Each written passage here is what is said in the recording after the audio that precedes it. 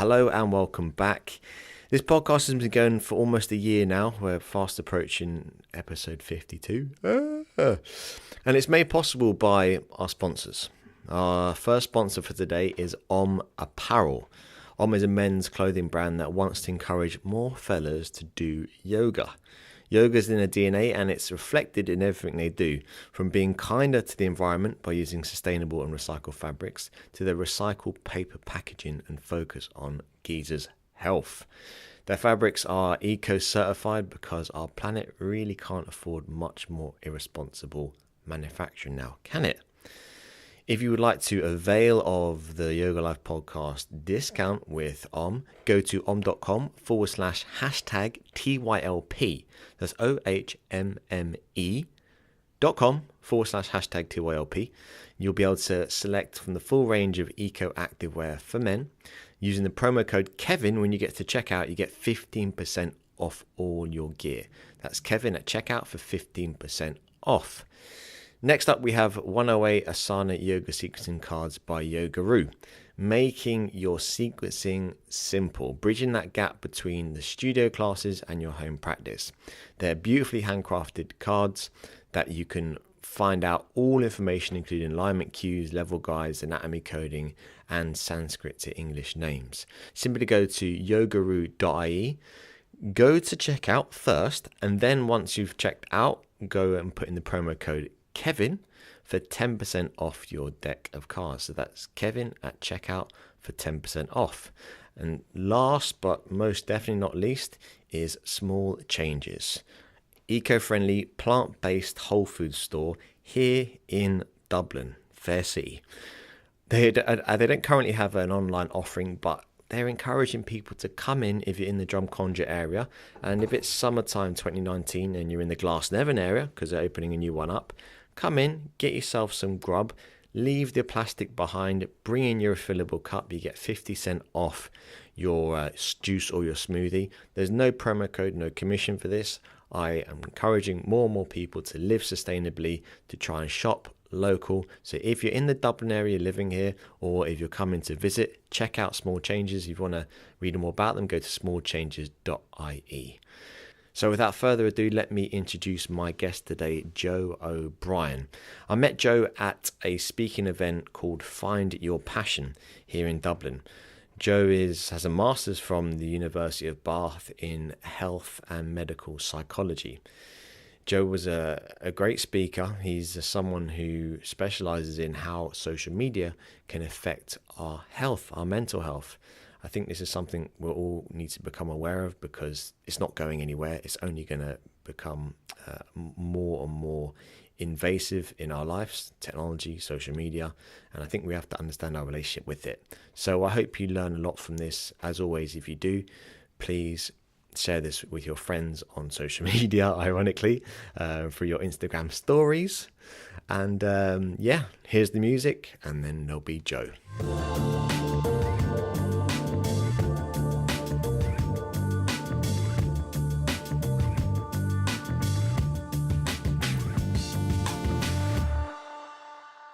What's up, Joe?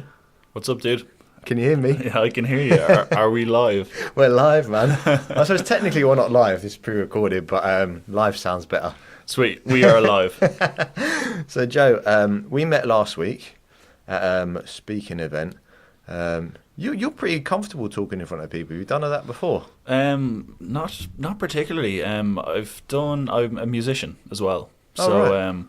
I've performed in front of people and stuff like that, years ago, I guess. So in terms of that aspect, I guess it's just carried over a little bit.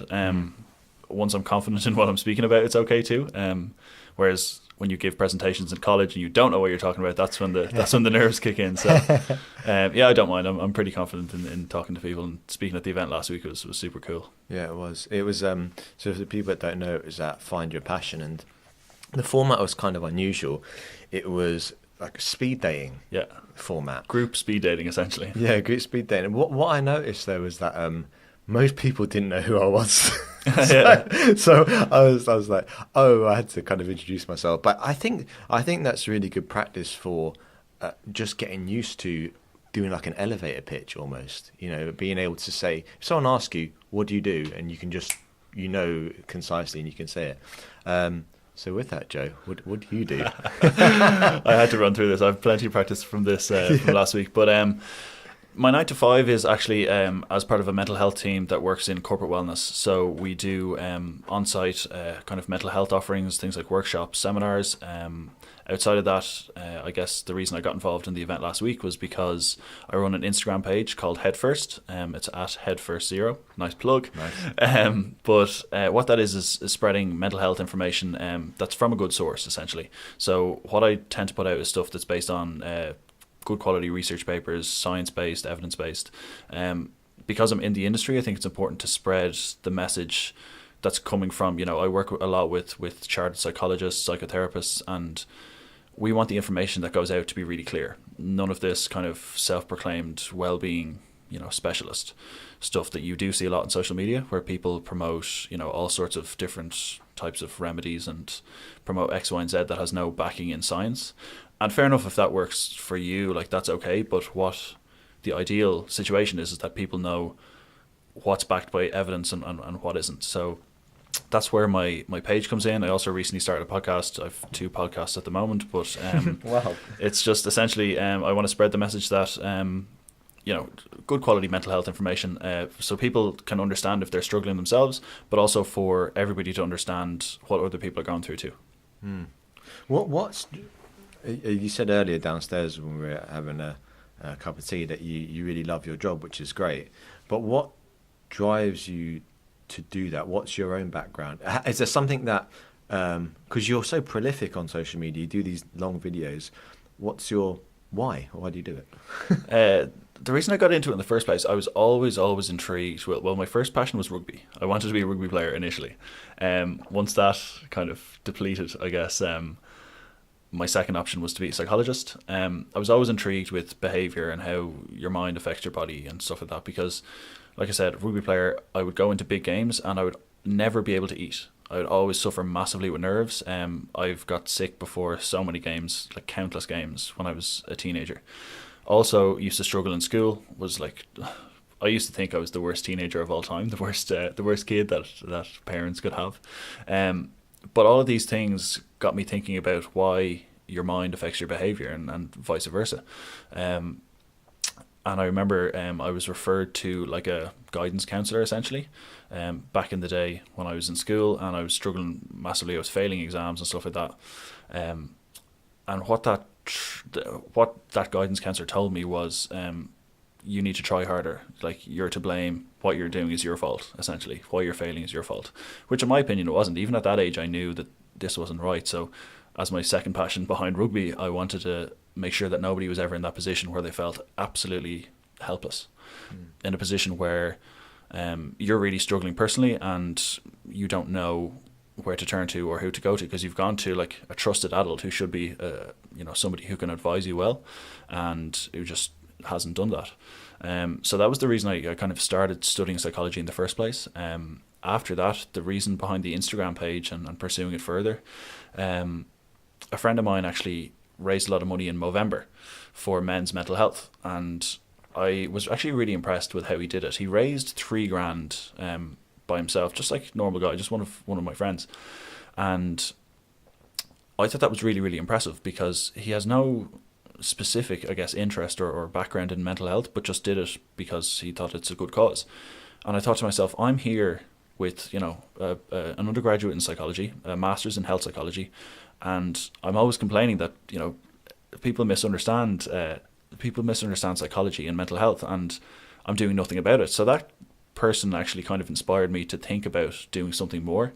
And it was on the same day that he had raised $3,000 that I spoke with my manager in work, who's a chartered psychologist, and we were speaking about how poor the information is around mental health and psychology online. And like I said, how these self-proclaimed wellness experts put out information as if it's fact because it might have helped them at one point in their lives.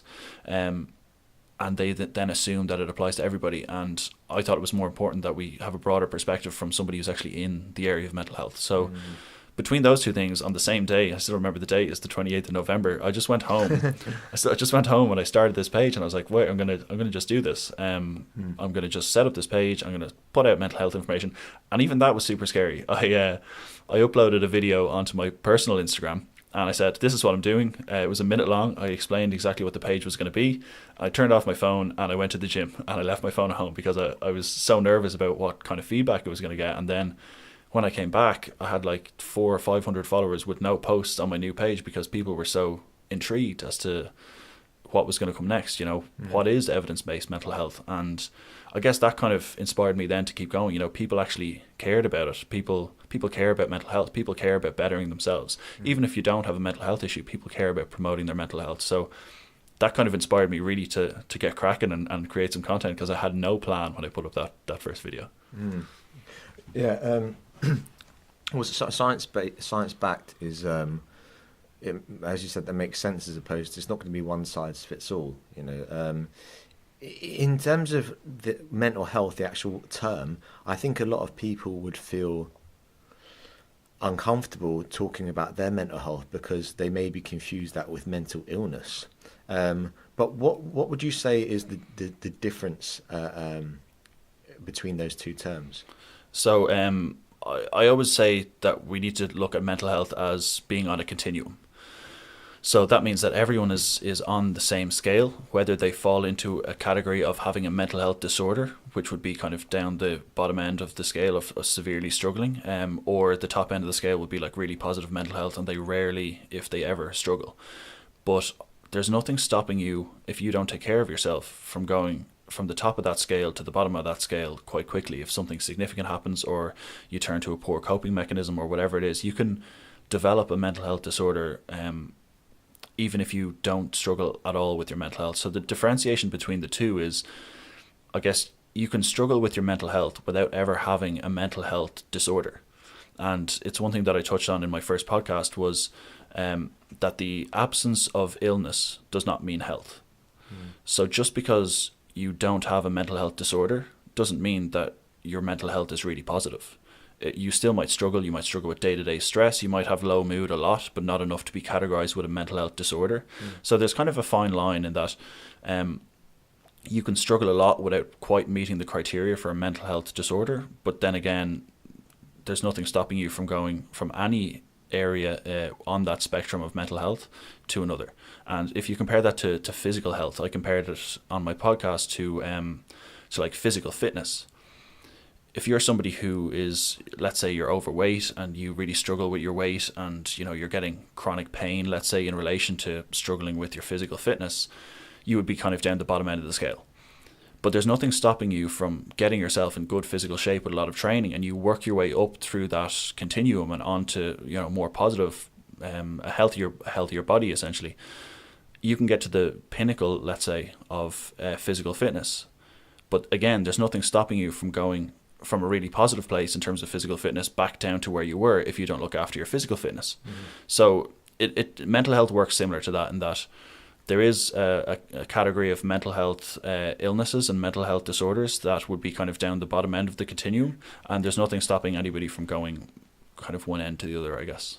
So to let people know that, or to make people realize that we're all on that continuum, just at different Absolutely. places. Absolutely, yeah. What would you say? Firstly, would you say that mental health, according to the evidence that you have, is becoming more of an issue for people in the modern age than it was maybe 10, 15 years ago? Well, we see now that there is certainly a rise in terms of presentations. Now, it's difficult to say if that there's more mental health disorders, or that people are more aware of them and will go and seek help and go and actually get treated for them. We do see a rise in things like, for example, like eating behaviors and things related to social media. We see those things kind of cropping up a little bit more. I wouldn't say they're causing, but they might be a trigger for more and more stress-related stuff. There's certainly an increase in anxiety over the last 10 years, and I think that mirrors the kind of burst in depression that we saw maybe 10 or 15 years ago. There was a big thing around depression. We're definitely seeing a spike in anxiety at the moment. How is that measured? As far as I know, it's around presentations, admissions, hospital admissions, Okay. that kind of thing. I'm not 100% sure, but from what I gather from working with clinicians, they say even GPs. I spoke to a GP recently, who, from the practice based stuff that they're doing, they see an awful lot of people presenting with anxiety, a lot more than they would have maybe 10 or 15 years ago. Okay. I mean, you touched on it there, talking about social media, but from a social, what social or cultural factors in the that we experience now would you say have exacerbated this trend of anxiety? I think there's a massive thing around being super busy. Our lifestyles now are very, very different to what they were. Well, not that I was in the busy lifestyle 15 years ago, but there's a constant connection. If we're talking about technology and the rise in technology, there's a constant connection to technology all the time. So there's a concept in psychology called telepressure, and that is the kind of urge or the the urge or the compulsion to instantly reply to messages, instantly reply to emails, instantly reply to phone calls, and be available all the time.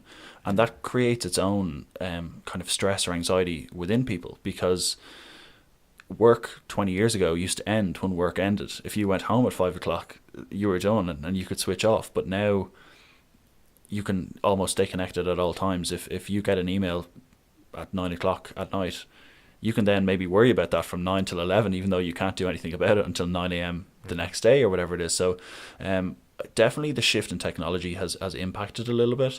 As well as that, the kids, the teenagers who are growing up now, they face a lot of different challenges than they used to. So the job issue, for instance, now it's no longer deemed that you're good enough if you only have an undergraduate degree or even leaving certificate, or even like your high school sort of stuff.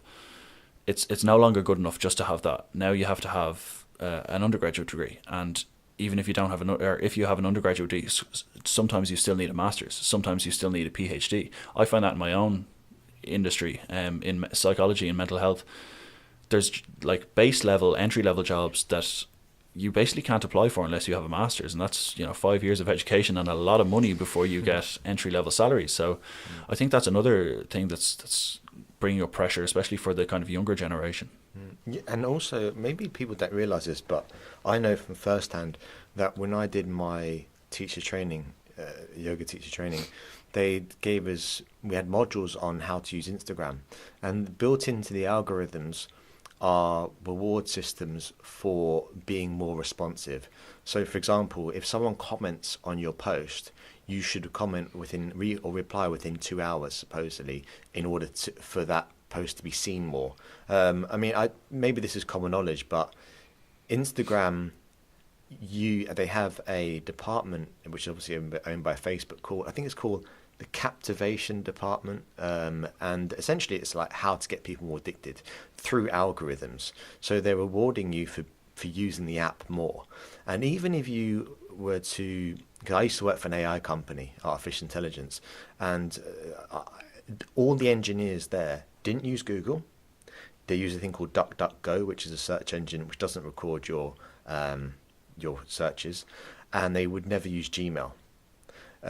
So they were telling me that with Instagram, if you put a post up and you get 30 likes in 5 minutes, you're not shown those 30 likes in those 5 minutes. They drip feed you the likes throughout the day. And therefore, if you open your phone, whether you get 10 likes or 1, you're still going to get that dopamine hit. So the more you open the phone during the day, the more you're going to engage.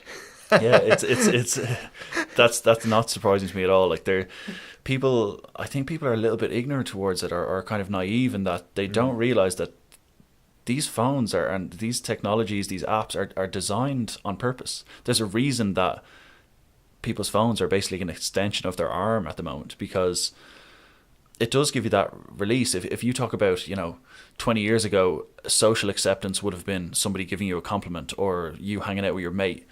Now it's that times 100, times 1,000. It's like that on steroids, because you can have that instant interaction, that social feedback through so many different social media platforms. And like you said, drip fed with you or throughout the day to you, so that you keep on checking, so that it becomes kind of a compulsion. And some of the research has actually touched on it a little bit, in that it's talking about problematic phone use and problematic social media use. And part of that is the inability to resist, or the inability to abstain from your phone willingly. But it's driven by that, in that we have this urge to, I guess it is engagement. We're human beings. We want to be responsive, and we want to talk to other human beings. Whether that, social media has facilitated that in a way that amplifies it by, unlimited amounts. And it's no surprise that these specific departments are trying to get people to engage like they are, and become what, it's not a defined addiction yet, but become addicted, and it definitely mirrors addictive properties. But I'm going to ask you what the solution is, if there is one, because I romanticize about living in a hunter-gatherer society. I mean, I've talked about this before. I actually went down to Limerick, or somewhere down the country. I should know that. I went down the countryside anyway last year with my girlfriend to go to this organic village that has 100 people living there, and they self-sustain homes, and they're living off the grid. They only have one generator, one street light. And I thought this is what I want. I want to know my neighbours and share resources. And then when you go down there, although everyone was lovely, you realise they have their own problems too. One is work. What would you do in a place that has 100 residents? You're not going to teach yoga, because you're not, And so that I'd meet people that actually would commute to Dublin from there. I think it was it wasn't Limerick, Tipperary. It was in Tipperary. Okay. And they would commute from Tipperary to Dublin to work, which is crazy, because you realise that technology now gives us so many job opportunities, but down there they don't have a fast enough broadband, so you can't actually do your work. So these things, and also you think, would you actually be happy in that society living 50, 100 years ago? So maybe it isn't the tools that are the problem. Maybe it's how we're using them. 100%. Look, it gives you, social media and technology gives you a lot of opportunities that you wouldn't have had 10 or 15 years ago. That's not really arguable, in terms of, you can work from home, you can work from a distance, you can do a lot more things than you could have done 10 or 15 years ago. But I think one of the things that I find in that we are moving further away from nature, in that if somebody goes to a psychotherapist tomorrow and is struggling with X, Y, and Z mental health struggle, they're going to make sure they have the basics in place before, they're going to make sure they have core mental health foundations in place before they kind of go into the deeper stuff. And those things are the things that technology sometimes takes away from us, like the basics, like sleep. You'd imagine that somebody who has no technology will probably fall asleep at the right time because they're tired. Whereas if you have social media, if you have Netflix, if you have TVs, you're more likely to engage in those things and stay up later than you're tired the next day. Similarly, if you don't have social media, if you don't have a TV for a prolonged period of time, you're not just going to sit on your own. You're going to go out and seek that social interaction. Whereas social media allows you to stay in your house alone, but still get, I guess, an aspect of that. So there is part of me that really appreciates the people who live in those kind of societies, and that they have all the basics and the core fundamentals in place. The social connectedness, they're probably out and about exercising, doing a lot of physical activity, because if you're saying they self they grow their own whatever, or they're all that sort of stuff, they're probably getting a lot of activity, so they have loads of core basics for health in place. Of course, the work issue is another one that it must be a struggle, but in terms of what they do have is core foundations that I think sometimes technology can take us away from. Yeah, see, this is so funny, because phone and sleep. Okay, I had a policy in my house. I mean, policy is too much of a strong word, but sent the memo to my girlfriend. No, I had a policy in my house that there's no phone in the bedroom at all. But then I realised that I wasn't sleeping that well. So there's an app on your phone that measures your sleep. Okay. So in order for me to sleep well, I use this app on my phone, and therefore my phone is in my bedroom. But what's kind of creepy about it is it records you. So it tells you tells you how good your sleep is by how little noise you make. Is this which one is this? Sleep cycle? Sleep cycle, yeah. Okay. Yeah. And it's been said that I snore. I mean, Okay. who knows? He's asking. But it plays recordings of you snoring throughout the night, Okay. which I do, average about 13 minutes. And I thought, wow, I'm being recorded as I sleep. Scary. That is crazy. And where does that information go? And then when I wake up in the morning, the first light I see is the blue haze from my phone screen. I don't actually look out and see the light from the sun or from the grey clouds or whatever until I probably leave the house. Sometimes I don't leave the house till later on in the day. And that is... So the irony there is that I want to sleep better and I'm using an app to help me sleep. It's a bit like the meditation app, the Mindfulness or Headspace? Headspace. It's ironic that you want to meditate, but you're using an app to do it. Yeah. The thing with technology and sleep, it blows my mind. People really, really underestimate how much of an impact it does have on your sleep. Essentially, right, if you are exposed to blue light, or any light for that matter, but specifically blue light because of its intensity and its frequency, what that actually does is it has a physiological reaction in the brain. So it actually suppresses melatonin. And melatonin is the thing that initiates your sleep cycle. So it's like a key component, and you're suppressing that by being on your phone at night. And you often hear people come back to that and they say, oh, well, I'm on my phone and I fall asleep straight away. And that just shows how tired you must be for you to have less melatonin in your system and still be able to fall asleep straight away. It also impacts the brain waves when we fall asleep. So there's a thing called beta waves and delta waves. And beta waves, I think, are the slow brain waves that occur during deep sleep. Exposing yourself to blue light late at night will also impact the quality of those brain waves. So even if you do fall asleep, and even if you do suppress melatonin, you still get to sleep, you're still impacting the quality of your sleep at night by exposing yourself to your phone. It's incredible. Like light is one of the best.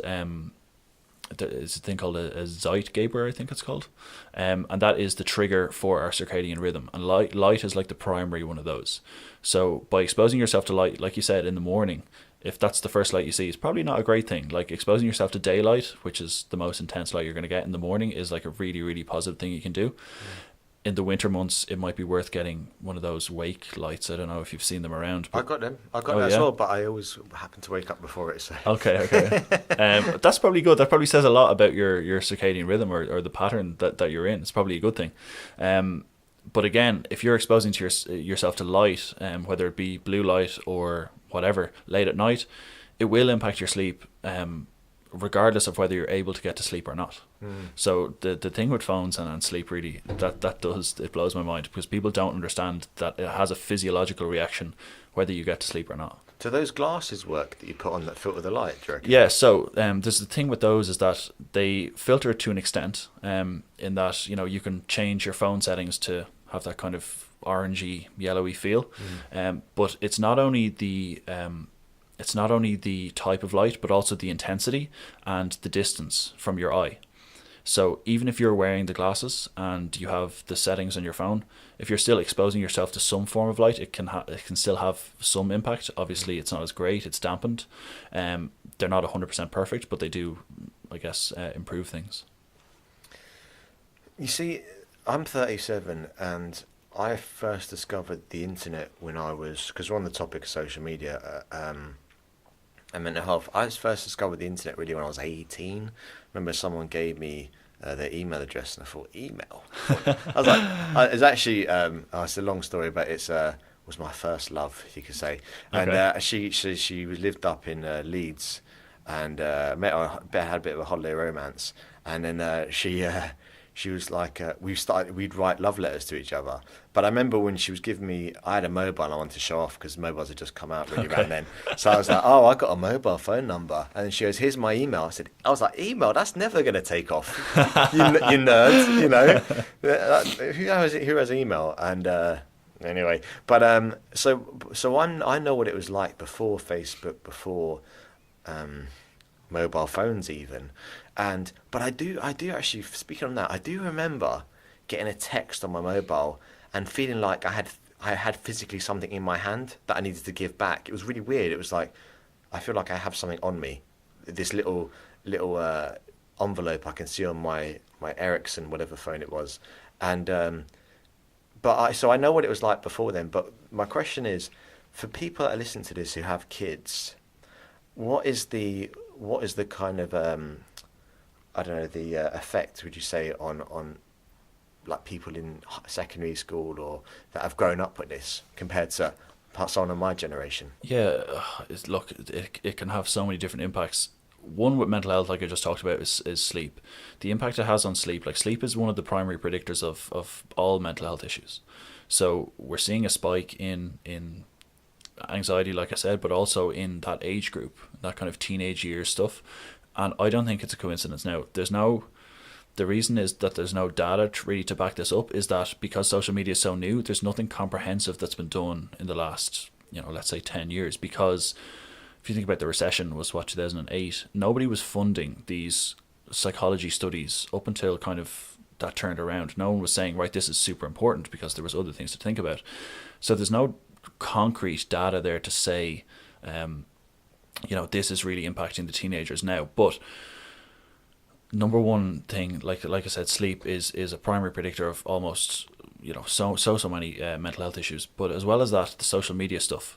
The kids now, they're growing up with social media, so it's difficult to say. Do they know how to socialize now with people? Is their primary form of social communication through their phone? That'd be a massive concern I have. And one of the recommendations I always make when I'm talking about this is, if you're a parent and you're looking after your kids, try and make sure that they use that to facilitate in-person communication. Because loneliness as well, like we know it from the elderly as well as young people, but being alone for long periods of time, we're human beings, we need social interaction. That can be a massive contributor to feeling down or feeling low. And that over time, if that's what you grow up with, there's no wonder that maybe you're struggling with your mood, or that you're struggling with even social skills, because they grow up with this. All they know is, I always say, like with my friends and stuff, we used to always go and knock on people's doors, but now it's, I'll text you when I'm outside.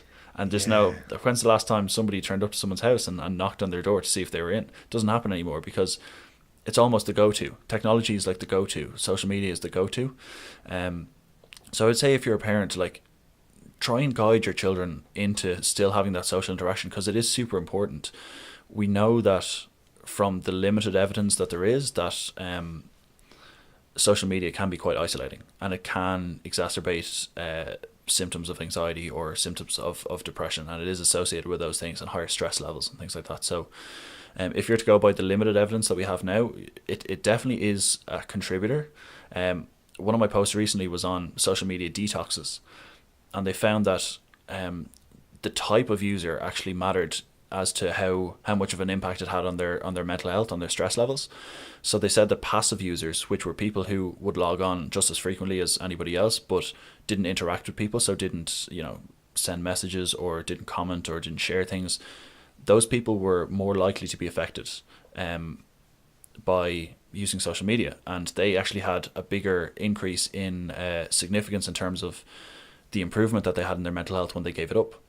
And the two studies that I referenced, one was I think a week-long period where they gave it up, and one was a 5-day period, and both showed physiological signs of stress improving.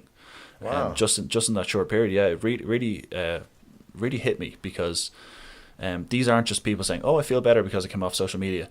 These are measurable aspects of well-being. Like what they measured was cortisol, which is a primary stress hormone in the body.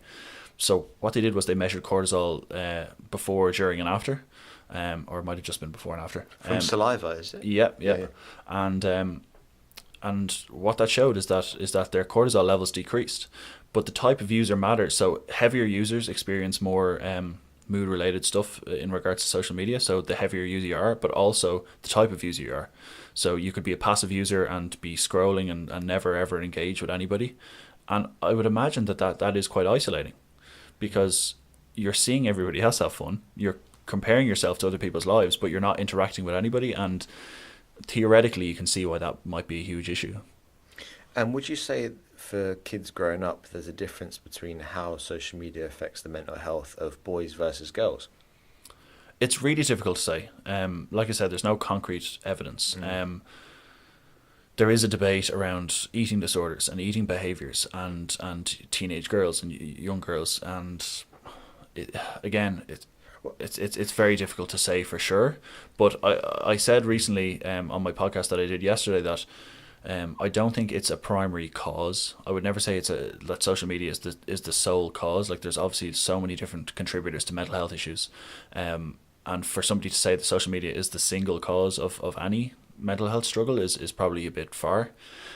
What I would say is that one of the things, especially with eating behaviours, is that a constant focus on weight and body image, and a focus on how you look, how you display yourself online. That is one of the primary predictors of disordered eating. So kind of a preoccupation with things like calorie counting, things like dieting, things like looking like X, Y, and Z. That's one of the primary predictors of disordered eating. And I think that definitely applies to females more than it would to males in terms of what they see on social media. It doesn't apply to them in general more than it does to men in terms of disordered eating, but I think the message that a lot of female, I guess, inverted commas, idols give out is around body image and looking well. So completely. I was reading a study just on this topic about this, and it was saying how when, in terms of expressing aggression, boys will do it physically, but girls will do it psychologically. So if two boys, when you're growing up, get into an argument, you have a fist fight, and that's it, done with, essentially. And then, whoever wins has won the battle. But with girls, they will gossip or try to destroy someone socially, like by trying to disparage them in front of their peers. And it was saying how, like, if you give a boy an iPhone, he'll play games and look at porn.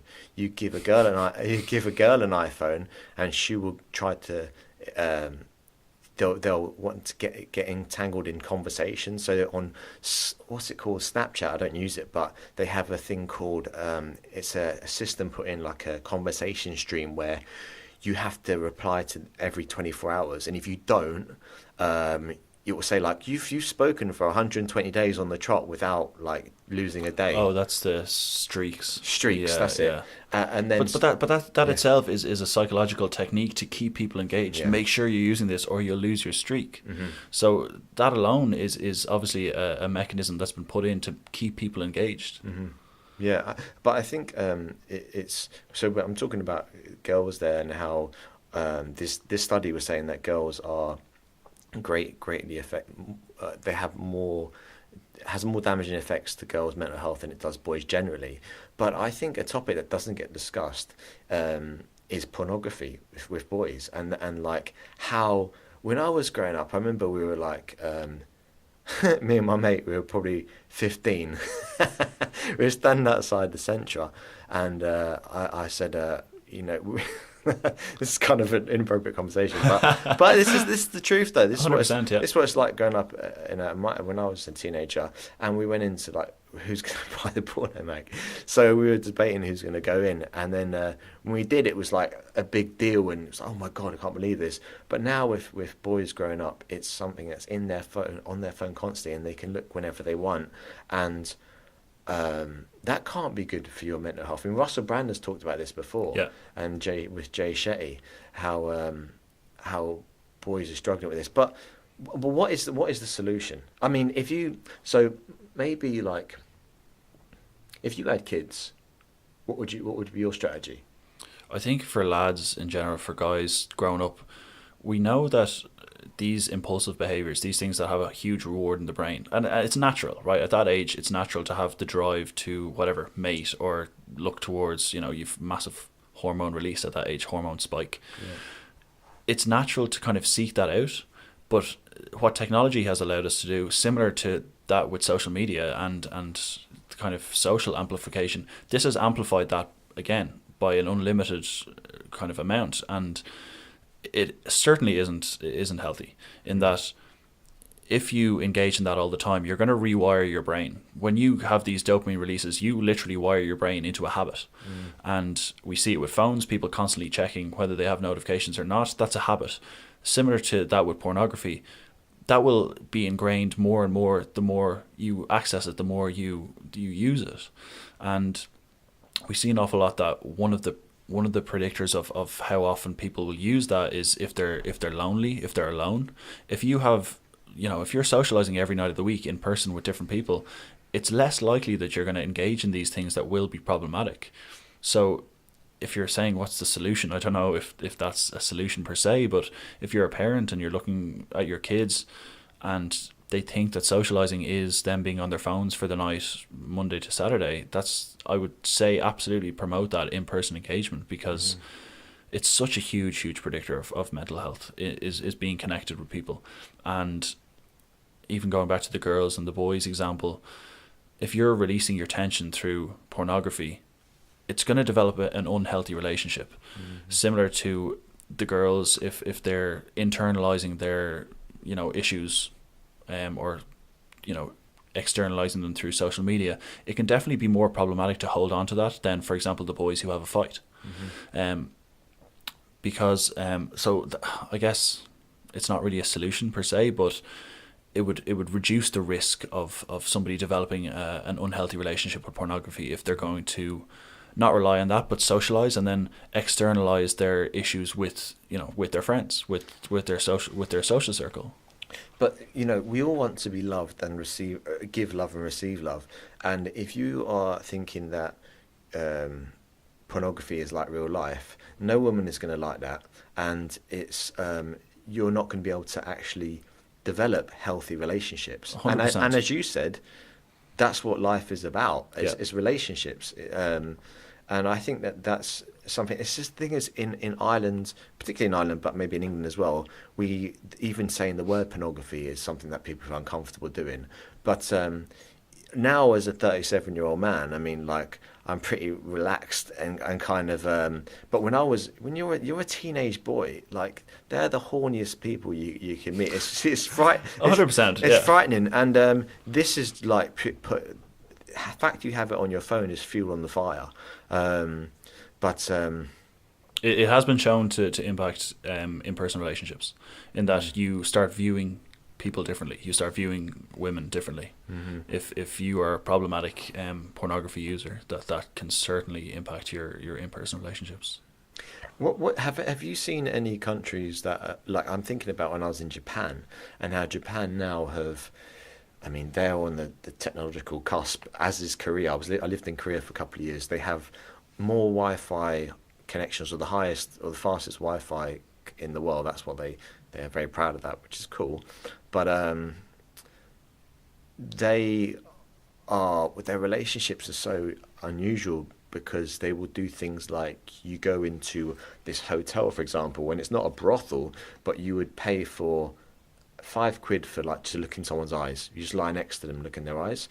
Then £15 to maybe hold their hand, and then it's basically decompartmentalized in a relationship, instead of having an actual relationship where you suffer or arguments or moments where you might be getting a doghouse on your missus or whatever it is, and making it more of an exchange process. I can just pay for this service, which is looking at someone's eyes. Yeah. And so I look at Japan and I think, and although I love Japan, it's got loads of great things going for it, the way their culture, the society has changed through technology, it's gone to the extreme. Is there any countries that have actually like banned social media or smartphones or anything like that, or kind of? I don't know of any. But just because you bring up Japan, am I right in saying that Japan also had to have some sort of government intervention with the amount of children that they're not having? Probably because there's too many old people. as- Not too many old people. No, old people, it's all good. But they have the oldest population in the world. They have more people over, like 30% of their people are over 70 or something like that, and therefore they don't have a health. They can't generate a healthy workforce. I think their birth rate was so low that they had some sort of promotion to try and get people to have children. Get the leg over. Look, yeah. Genuinely, I think I remember reading that. Could be a couple of years ago at this point, but it from your experience of their culture, seems to make sense. Yeah. So going back to kind of rounding this off, your mission, as it were, and the good stuff you're doing on social media through promoting mental health. I mean, as a hammer it can be used to smash something or build something. So these tools are not going anywhere. They're here to stay. Yeah. And they're only going to get more pervasive in our life. Yeah. Until eventually it's a chip in our body and it can kind of read our thoughts and feelings. Yeah, exactly. So having conversations like this is where the change comes, not through trying to ban things. Yeah. That's never going to happen. We're humans. We want to evolve. We want to progress. So what's your, not maybe not your mission, but what do you plan to do to kind of make that change? Firstly is, I think a lot of the stigma is around miseducation. So people misunderstanding different aspects of mental health, especially around depression, but also in other areas. And I think if I am a space where people can go to, if I'm a page or a platform that people can go to see, am I struggling with anxiety, or is it something else? Am I worried about nothing, or whatever? If there's a space there that I can answer questions or put up content that informs people and in turn reduces stigma, then that would be fantastic. I described this last week talking to a group at that Find Your Passion event, because I've had at least 500 or 600 messages of people looking for advice, and I've only had the page 4 months. So for that amount of people, I think to myself, and again, it's one of the motivators to keep going, is where would they have gone? Who would they have turned to? They might have turned to one of the self-proclaimed experts who don't have any qualifications in the area and got really bad advice, and that in mental health can be detrimental.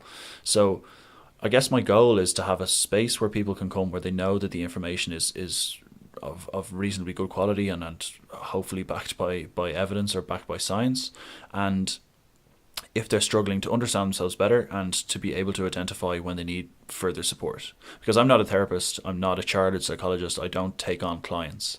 That means that if you come to me and you want to say, do I have depression, I won't be able to answer that.